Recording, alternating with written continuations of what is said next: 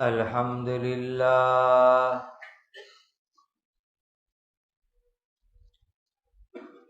الحمد لله الذي هدانا للإسلام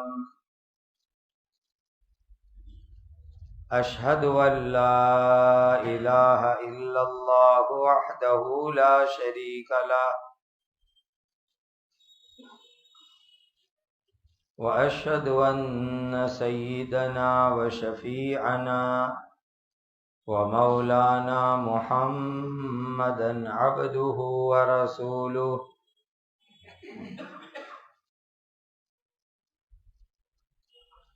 صلوات الله تبارك وتعالى عليه وعلى آله وأصحابه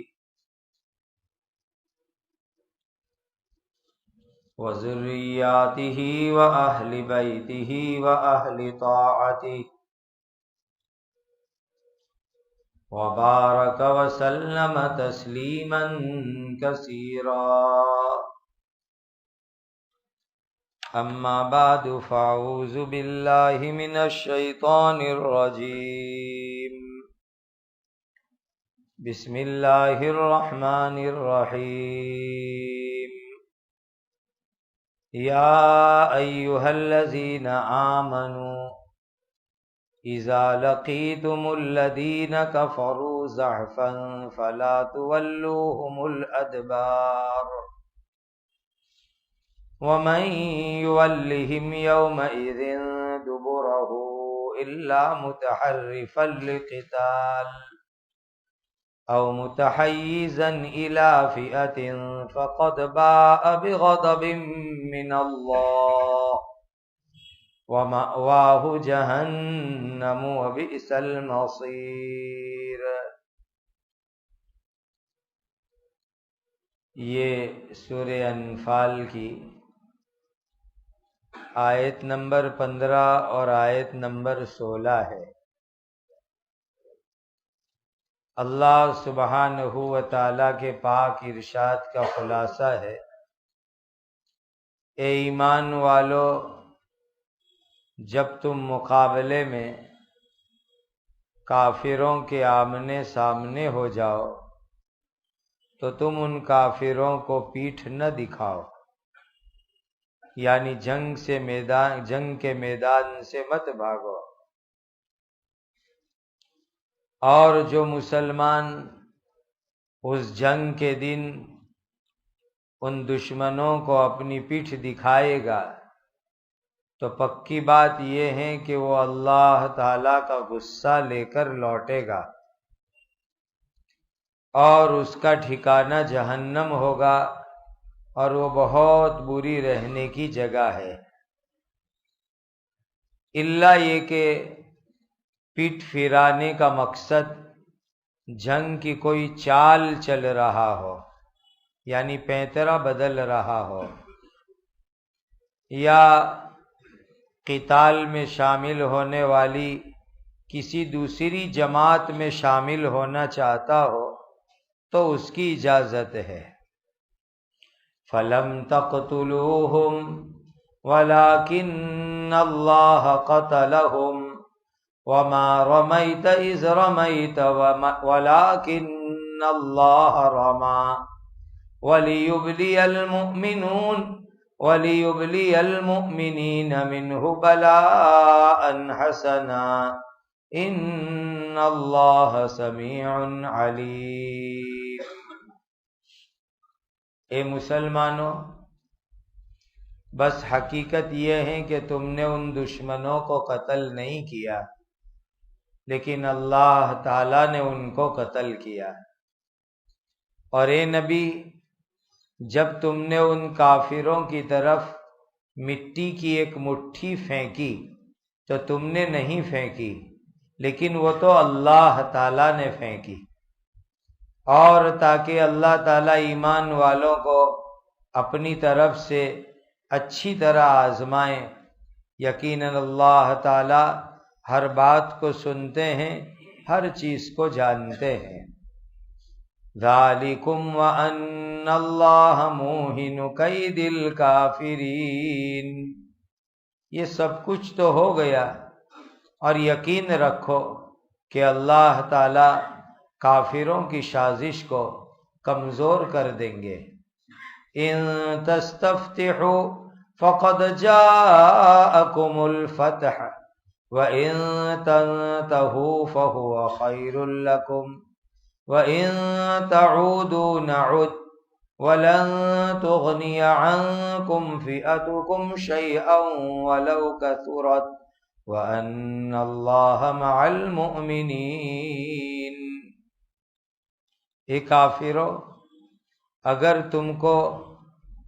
اگر تم فیصلے کو چاہ رہے تھے تو پکی بات یہ ہے کہ تمہارے پاس فیصلہ آ چکا، اور اگر تم شرارت کرنے سے رک جاؤ گے تو یہ تمہارے لیے بہتر ہوگا، اور اگر تم آئندہ بھی وہی شرارت کرتے رہو تو پھر ہم بھی یہی سزا دینے کا کام کریں گے، اور تمہاری جماعت چاہے کتنی بھی بڑی ہو تم کو ہرگز کچھ بھی کام نہیں آوے گی، اور یقین رکھو اللہ تعالی ایمان والوں کے ساتھ ہے۔ یا ایھا الذین آمنوا اطیعوا اللہ ورسولہ ولا تولوا عنہ وانتم تسمعون۔ اے ایمان والو، تم اللہ تعالی اور اللہ کے رسول کی اطاعت کرو، اور تم اس اطاعت کرنے سے منہ مت پھیراؤ، حالانکہ تم اللہ تعالی اور اس کے رسول کے حکم کو سنتے ہو تو عمل بھی کرو۔ وَلَا تَكُونُوا كَالَّذِينَ قَالُوا سَمِعْنَا وَهُمْ لَا يَسْمَعُونَ۔ اور تم ان کافر اور منافق لوگوں جیسے مت بنو جنہوں نے زبان سے کہا کہ ہم نے سن لیا، حالانکہ وہ حقیقت میں کچھ سنتے نہیں ہیں، یعنی عمل نہیں کرتے اور مانتے نہیں ہیں۔ بدر کی جنگ کا بیان چل رہا ہے اوپر سے۔ اللہ تعالیٰ نے قرآن کی الگ الگ آیتوں میں جنگ کے متعلق کچھ ضروری قانون بیان فرمائے،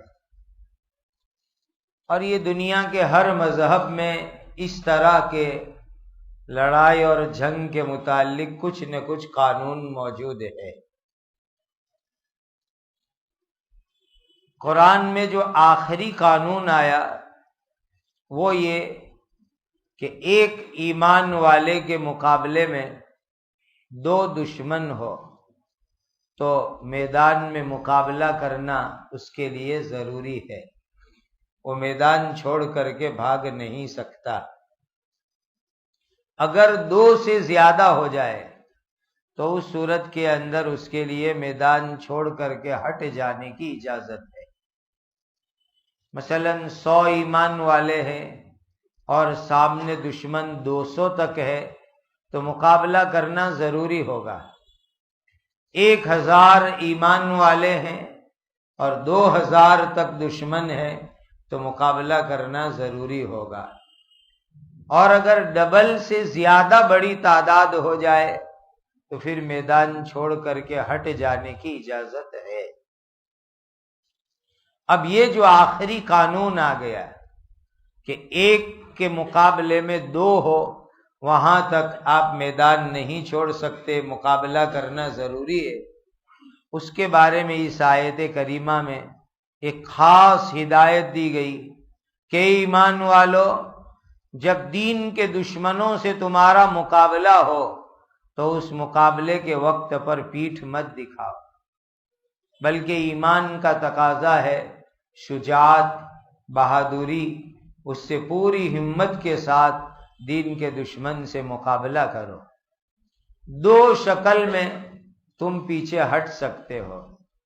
ایک تو ہے جنگ کا پینترا، لڑائی میں الگ الگ پینترے ہوتے ہیں، مقابلہ ہو رہا ہے اور دشمن کو دھوکہ دینا ہے تو تھوڑا سا پیچھے ہٹ گئے میدان سے تاکہ دشمن کو یہ ہوئے کہ یہ جا رہے اور وہ غفلت میں پڑ جاوے، تو پھر پلٹ کے آ کر کے زوردار ان کے اوپر دوسرا حملہ کر دیا جائے۔ اس طرح پیچھے ہٹ کے پھر آگے بڑھنا اور دوسرا پلٹ کر کے بڑا حملہ کر دینا، یہ ایک جنگ کا پینترا اور تدبیر اور چال کہلاتی ہے۔ یہ شکل جائز ہے۔ دوسری شکل یہ ہے کہ اگر کوئی دوسری کمک مدد میں آ رہی ہے، ایک لشکر مقابلہ کر رہا تھا اور دوسرا لشکر مدد کے لیے آ رہا ہے، تو تھوڑی دیر کے لیے پیچھے ہٹ جاوے اور پھر دونوں لشکر ساتھ مل کر کے دشمن سے مقابلہ کرے، یہ شکل بھی شریعت کے اندر جائز بتلائی گئی۔ ورنہ اس کے علاوہ جو آدمی بزدل ہو کر کے محض دنیا کی لالچ میں اور دنیا کی راحت اور آرام کے لالچ میں میدان چھوڑ کر کے بھاگ جاتا ہے، تو اللہ تعالیٰ کا غصہ ایسے لوگوں کے اوپر اترتا ہے، اور ایسے لوگوں کا ٹھکانہ جہنم کی آگ ہے، جو بہت بری رہنے کی جگہ ہے۔ تو یہ تو ایک خاص مسئلہ اللہ نے اس آیت میں بیان فرمایا، جس کا تعلق جنگ اور مقابلے کے حالات سے ہے، کہ جب کبھی جنگ کا موقع ہو اس وقت اس قانون کے اوپر عمل کرنا ہے۔ یہ مسئلہ ہر موقع کے لیے نہیں ہے۔ اس کے بعد بدر کی لڑائی کے بارے میں ایک خاص بات اللہ نے بتلائی کہ 313 ایمان والے ہیں اور سامنے 1000 مکہ کے دشمن ہیں، کافر لوگ ہیں۔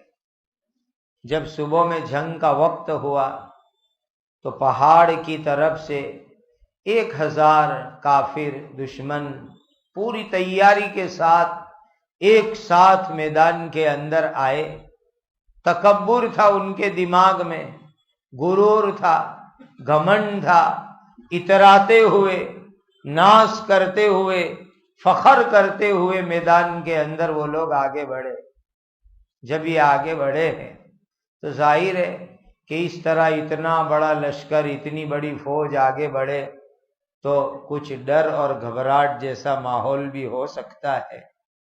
پھر ان کا ایک بہت بڑا حملہ، ان کی تیاری، ان کے اونٹ، ان کے گھوڑے، تو اس موقع پر اللہ تعالیٰ نے حضرت نبی کریم صلی اللہ علیہ وسلم کے ذریعے ایک عجیب و غریب کام کروایا۔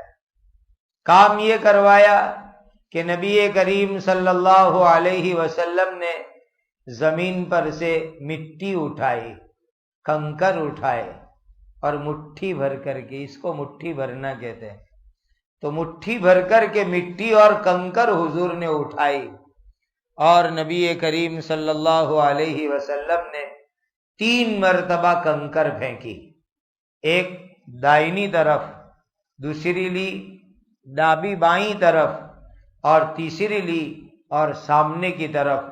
3 طرف کے اندر نبی کریم صلی اللہ علیہ وسلم نے اپنے نورانی اور مبارک ہاتھوں سے کنکر پھینکی، مٹی پھینکی۔ اب اتنی مٹھی میں کتنا آ سکتا ہے، لیکن وہ نبی کریم صلی اللہ علیہ وسلم کا معجزہ تھا، چمتکار تھا کہ وہ 3 مٹھی مٹی کو اللہ تعالیٰ نے تمام دشمنوں کی آنکھوں کے اندر پہنچا دیا۔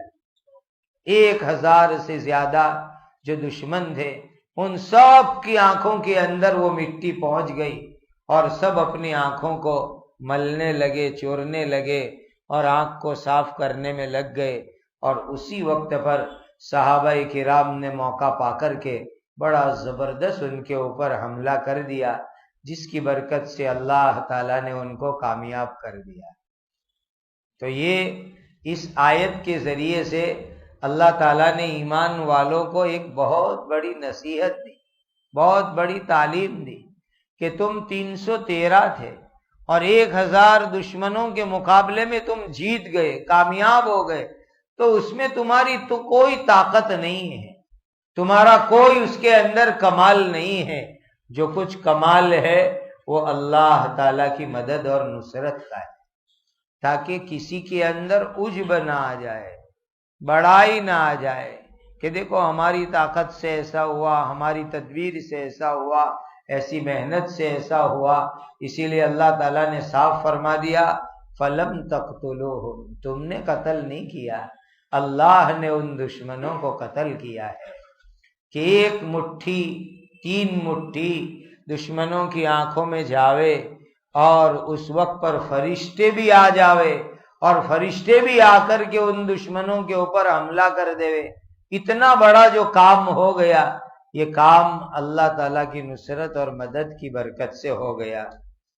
وَمَا رَمَيْتَ إِذْ رَمَيْتَ وَلَكِنَّ اللَّهَ رَمَى، اے نبی آپ نے جب مٹھی پھینکی تو وہ آپ نے نہیں پھینکی تھی بلکہ وہ اللہ تعالیٰ نے پھینکی تھی۔ کتنی بڑی بات ہے کہ نبی کریم صلی اللہ علیہ وسلم اپنے ہاتھ سے مٹی کی مٹھی دشمن کی طرف پھینک رہے ہیں، لیکن اس کو اللہ تعالیٰ نے یوں فرمایا کہ وہ تو میں نے پھینکی ہے۔ حضور کے پھینکنے کو اللہ تعالیٰ یہ فرماوے کہ میں نے وہ مٹی پھینکی تھی اور میں نے دشمن کی طرف جو ہے وہ مٹی پھینکی تھی، یہ کتنی بڑی جو ہے اونچی نسبت کی بات ہے۔ آگے اللہ تعالیٰ ارشاد فرماتے ہیں کہ وَلِيُبْلِيَ الْمُؤْمِنِينَ مِنْهُ بَلَاءً حَسَنًا، اللہ نے ایمان والوں کا اس موقع کے اوپر بہت اچھی طریقے سے امتحان لیا اور اللہ نے آزمائش کی۔ دیکھو ہر مومن کے لیے اس میں ایک تو بڑا سبق یہ ہے کہ کوئی بھی اس کے ذریعے سے بڑا اچھا کام ہوئے تو وہ اس کو اپنا خود کا کمال نہ سمجھے بلکہ اس کو اللہ تعالیٰ کا فضل و کرم اور احسان سمجھے۔ آج ہم لوگوں کا مزاج یہ بن گیا ہے کہ ہمارے ذریعے سے اللہ کوئی دین کا، دنیا کا، قوم و ملت کی خدمت کا کوئی کام کروا لیتے ہیں تو انسان اس کو اپنا کمال سمجھتا ہے کہ یہ میری محنت سے، میری فکر سے، میری پلاننگ سے یہ کام ہو گیا۔ یہ ہمارا سوچنا سمجھنا غلط ہے۔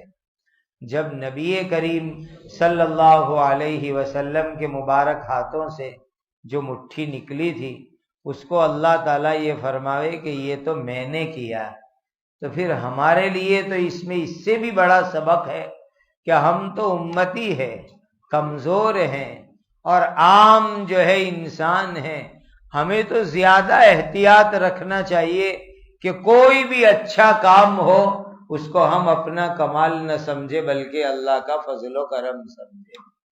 دوسری ایک بہت بڑی سبق کی بات یہ ہے کہ فتح ملی بدر میں، کامیابی ملی جنگ میں، یہ اللہ تعالیٰ کا بہت بڑا احسان تھا۔ اور اللہ تعالیٰ جب کسی کو کوئی نعمت دے تو بندے کو اس کے اوپر شکر گزاری کرنی چاہیے، شکر کا جذبہ اپنے اندر رکھنا چاہیے۔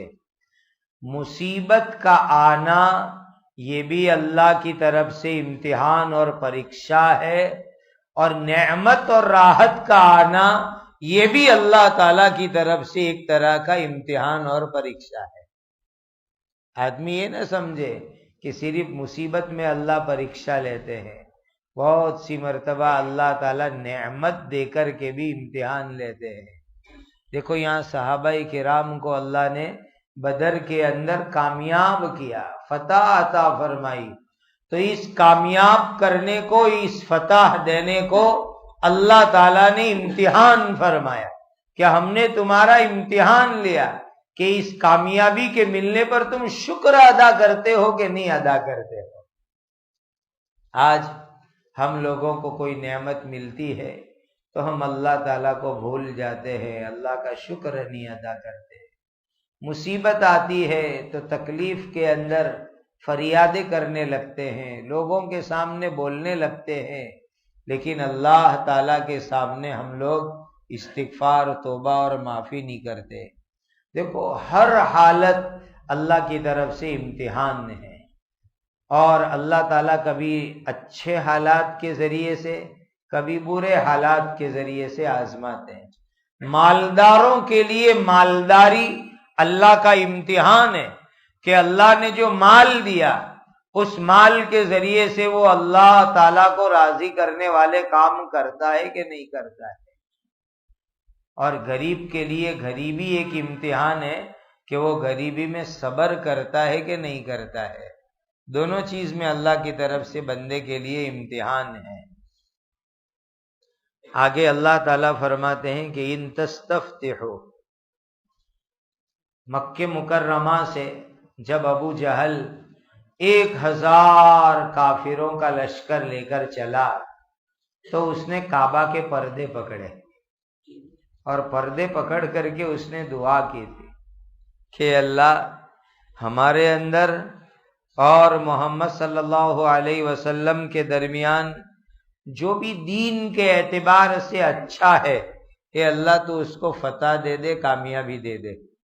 یہ خود ابو جہل اپنی زبان سے بول کے چلا تھا.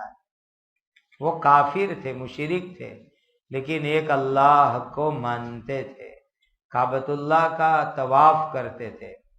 تو ابو جہل جیسا کافر بھی جب مکہ سے نکلا تو کعبہ کے پردے پکڑ کر کے اس نے دعا مانگی تھی اللہ تعالیٰ سے.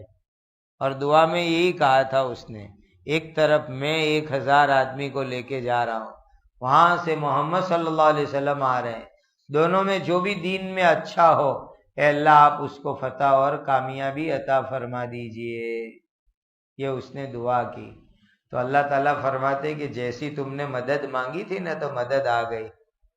کہ تم نے مدد مانگی تھی کہ اللہ جو دین میں اچھا ہو ان کی مدد کرو، اور اللہ کی نظر میں اپنے آخری نبی حضرت محمد الرسول اللہ صلی اللہ علیہ وسلم کا دین اچھا، دین سچا، اس لیے اللہ کی مدد ان کے اوپر آئی اور وہ لوگ کامیاب ہو گئے. وَإِن تَنْتَهُوا، کافرو اب تم ہمارے نبی کو ستانے سے رک جاؤ، اس میں تمہاری بھلائی ہے. اور اگر تم نہیں رکو گے ہمارے نبی کو ستانے سے تو ہم آئندہ بھی بدر کی طرح تم کو سزا دیں گے. اس لیے کہ بدر میں کتنی بھاری سزا ہوئی.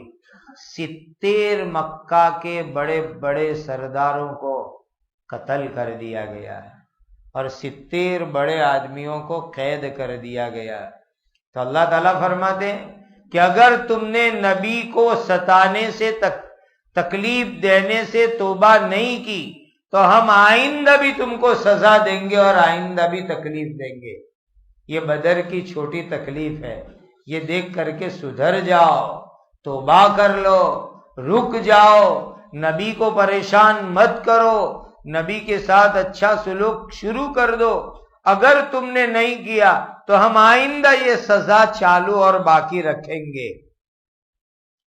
اور تمہارا لشکر کتنا بھی بڑا ہو جائے لیکن اللہ کی مدد کے مقابلے میں کوئی حیثیت نہیں رکھتا.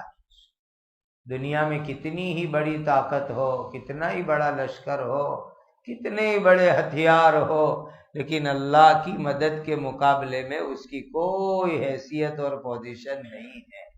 اصل چیز ہے اللہ کی مدد. اور اللہ تعالیٰ دشمنوں اور کافروں کی سازشوں کو اور تدبیروں کو ناکام کرتے، کمزور فرماتے ہیں.